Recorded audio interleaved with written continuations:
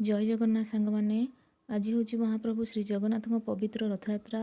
से आपण समस्त को हार्दिक शुभेच्छा और शुभकामना। महाप्रभु श्री जगन्नाथ 56 भोग गोटे भोग आम बनवा मगज लड्डू से फ्राए पैन रे 3 कप अटा नहीं अटा को हल्का भाजीदेवे से चीनी पकाइवाई मु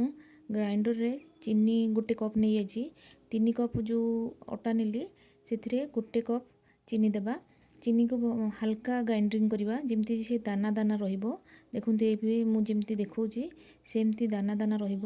बेसी ग्राइंडिंग करें तापर से 3 कप अटा जो मुझे से कप्रे ही गोटे कप आम गुआ घी नवा गुआ घी पकईकि पूरा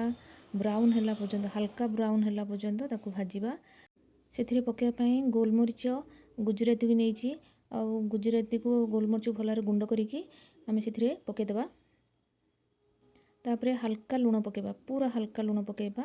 मिठाटा भल आसो आउ ग्राइंडिंग कर रखि चीनी को भी पकेबा पकईकि आम पूरा लाइट ब्राउन है पर्यंत अटा को भल भाजीदेवा।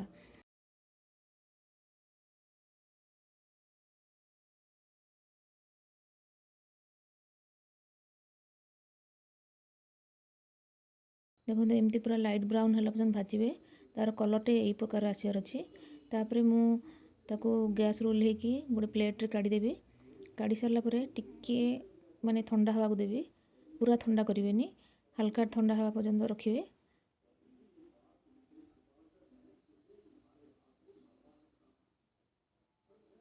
देखो टे हल्का ठंडा हो सारापर ताको आम हाथ में गोल गोल करके एमती लड्डू शेप्र लड्डू करवा।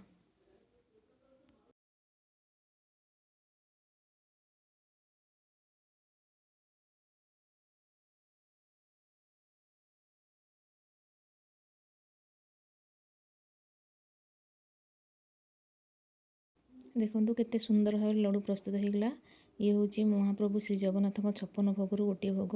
मगज लड्डू देखा बहुत सुंदर देखा खाइले बहुत टेस्ट लगे।